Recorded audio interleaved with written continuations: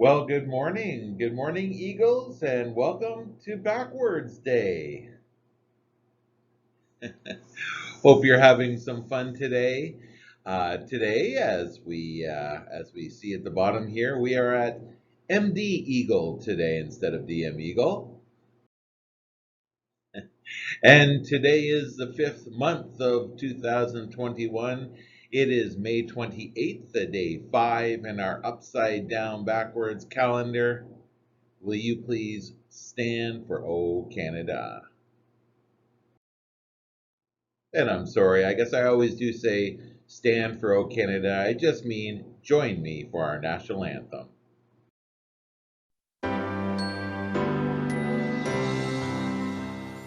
O Canada, our home and native land, true patriot love in all of us command.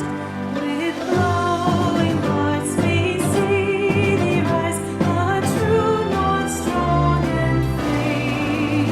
From far and wide, O Canada, we stand on guard for thee. God keep our land glorious and free. O Canada, we stand on guard for thee.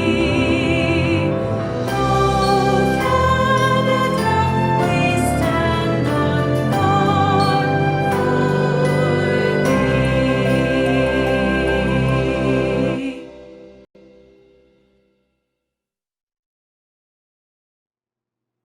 In our reading from an anonymous contributor for May 28th, the person who aims at nothing is sure to hit it. Well, Jennifer decided to start an exercise program and she promised herself that she would do 100 sit ups a day. She quit after only 2 days. Well, we all need goals. They give meaning to our lives. But when we set unrealistic goals, we set ourselves up to fail. And instead, choose goals you really believe you can reach, and then break them into smaller steps, and forgive yourself if you stumble over a step or two. Those 100 sit ups a day, I've heard people do that. I've also heard people do 100 push ups a day. And they start with one the first day, and then they go to two the next day, then three, then four. Smart. They start with a small, realistic goal and work their way up. Good ideas. And we don't want to stress ourselves up or cause anxiety with those unrealistic goals because they can give us upset stomachs and headaches, where we need to do some deep breathing. And what stresses us out more, other than unrealistic goals, extracurricular activities, fitting in relationships and peers? Well, today, what are some healthy ways to cope with stress? So, we've been talking about stress and anxiety. We've talked about some of the symptoms and that it's a natural bodily reaction. We talked about deep breathing. What are some other ways of coping with our stress and anxiety? Well, talking to someone, always a great idea. Getting enough sleep, exercise, hobbies, deep breathing, muscle relaxation, visualization, changing our thoughts with positive self talk. You are awesome. Tell yourself that on a regular basis. Giving gratitude, always great, and that has come up so many times in our Healthy Schools, Healthy Homes Corner. Using a helpful app, great idea. Some of us might use Calm or one of the other apps for on our device. And what other ideas? What other ideas do you have to lessen our stress and anxiety, which happens? It will happen to all of us at one time or another. And it is good for us to practice and have some strategies for dealing with it. And Earth Day, every day is Earth Day. Hopefully you are turning out the lights and your electronics as you leave the room. You are not wasting water, and I continue to be very conscious of that. And borrowing books, a great idea, an idea I'd never thought of before. I use a Kindle, so electronic. So I guess I save paper by using an electronic device as opposed to a paper device. And today's suggestion, have a green thumb. Grow some fruits, vegetables, herbs in your own backyards or on your deck, and look for fun recipes and ways that we can use them in our everyday diet. Well, if you're going to do that, suggestion is to start small. Just start by just maybe one plant in a patio pot or in a cup and placing them in by a sunny window. Choose interesting plants, things that we can eat afterwards, always a great idea. Use some good tools around your house and garage. As kids, we love colorful things, and they should be easy for us to use. Be consistent. Do it every day or every couple of times a week, and take 15-20 minutes to pull weeds, water plants, and note how well your garden is doing. And finally, after you do have some bounty or you have produced some fruits, vegetable, herbs, use them, celebrate it, take time to honor a job very well done. So hopefully some ideas about cultivating your green thumb, and enjoy planting those herbs, those vegetables, those fruits. And we hope you're being careful on social media, social networking, and you're conscious of the social media that you use, collecting information, monitoring your purchases, having access to where you are. And today, did you know that when you sign up for social media, you're allowing other platforms in that family to also access your information? So Instagram may share their database and their information with others, such as TikTok. And I know when TikTok first came out, there was a big controversy about that it was created in another country, and that country would have access and could share that information with other platforms and other people from that country. So be conscious of that when you sign up for social media, you are signing up for other platforms that may collect information and use your information. And we are Eagles. We are generous. And all week long, we've talked about giving not just treasures, but and not just monetary things of monetary value, but our time, cultivating a spirit of generosity, and making a habit of being generous with those around us. And just a short book talk about generosity, and you have to dig a little bit deep into the book to understand the meaning and showing how generous and thankful that we can be. Hello and welcome back to another edition of Sankofa Read Aloud. Today's story is titled Thank You, Omu, written by Oge Mora. I hope that you enjoyed this beautiful story.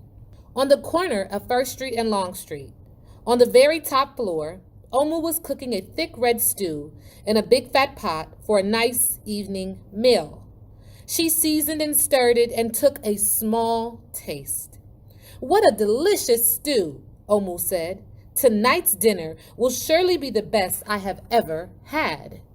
With that, Omu put down her spoon and went to read a book before supper. As the thick red stew simmered on the stove, its scrumptious scent wafted out the window and out the door, down the hall, toward the street, and around the block until, knock, someone was at the door. When Omu opened it, she saw a little boy.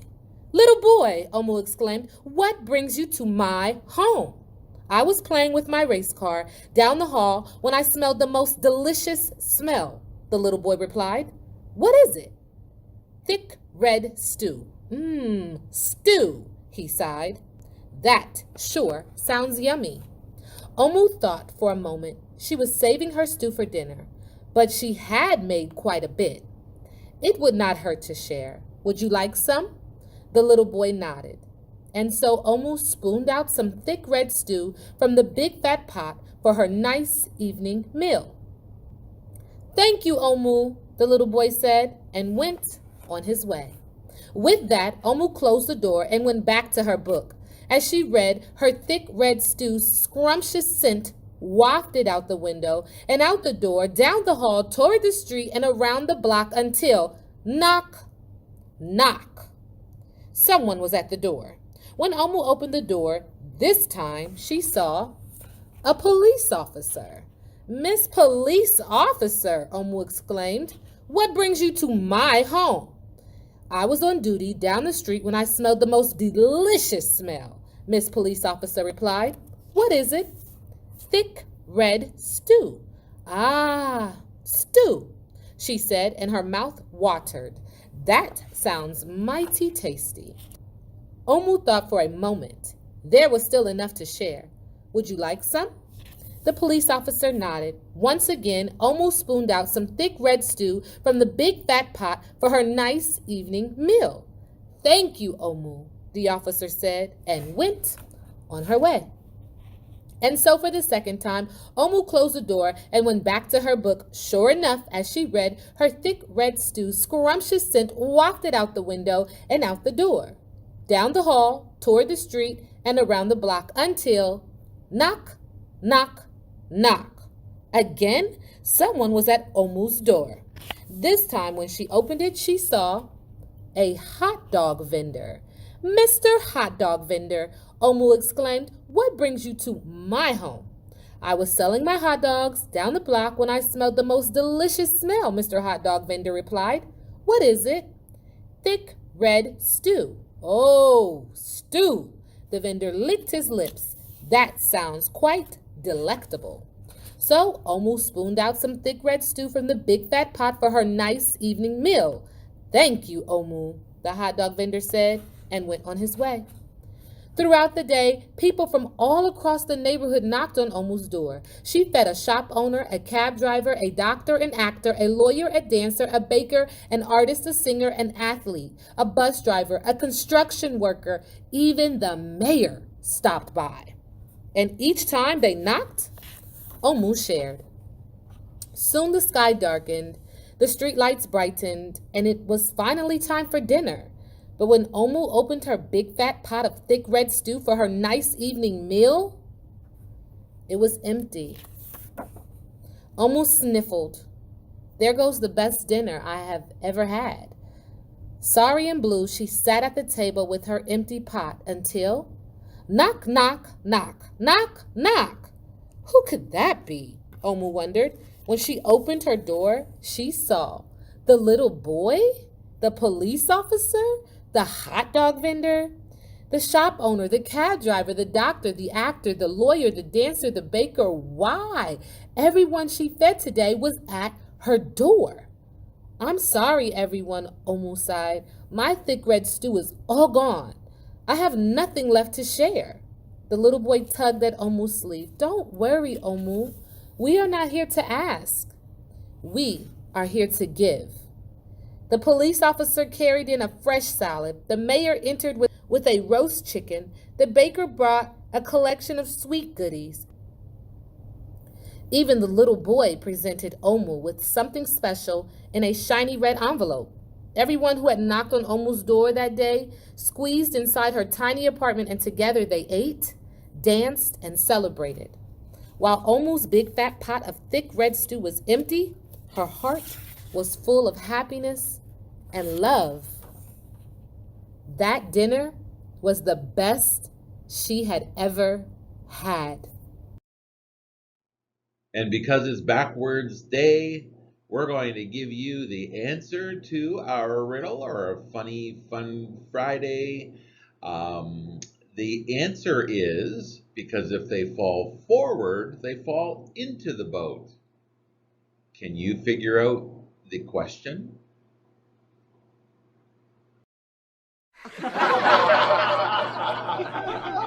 That's right. Why do scuba divers fall backwards into the water? How about a receding hairline?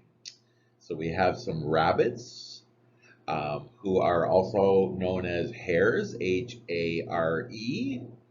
Can you think of a question to go with that punchline? What do you call a row of rabbits jumping backwards? Well, we hope you have a backwards day happy. Our thought for today, I'll review my personal goals and ask myself, are they realistic? And our backwards eagle for today, and we wish everyone a great weekend and a Friday fantastic.